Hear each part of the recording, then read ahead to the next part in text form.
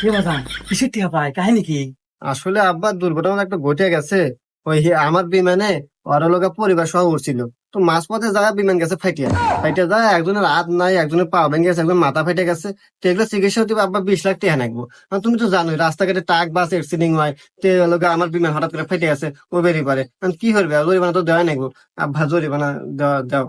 কি করছে এতক্ষণে? আর ভাইস্তা দেখো, ক্ষতি যেহেতু তোমার হয়ে গেছে, টাকা তো তোমাকে দেওয়াই লাগবে, কিন্তু 20 লাখ টাকা আসলে এই মুহূর্তে তো আমি দিতে পারবো না বাবা, আমার তো গোছ নাই। টিহা জানাইবো না তো কাকা।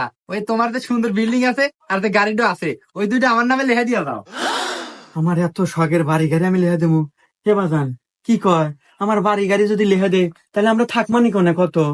আরে আব্বা, তুমি টেনশন করো কে? আসলে ব্যবসা লস লস লাভ আছে। তুমি লেখা দেওয়ার সমস্যা নাই। আপাতত আমার কাছে পুরান বাড়ি আছে না, আগের বাড়ি, ওখানে তো থাকবানি। তারপর তো ব্যবসা বাণিজ্য ভালো হলে পারে, বিমান ভালো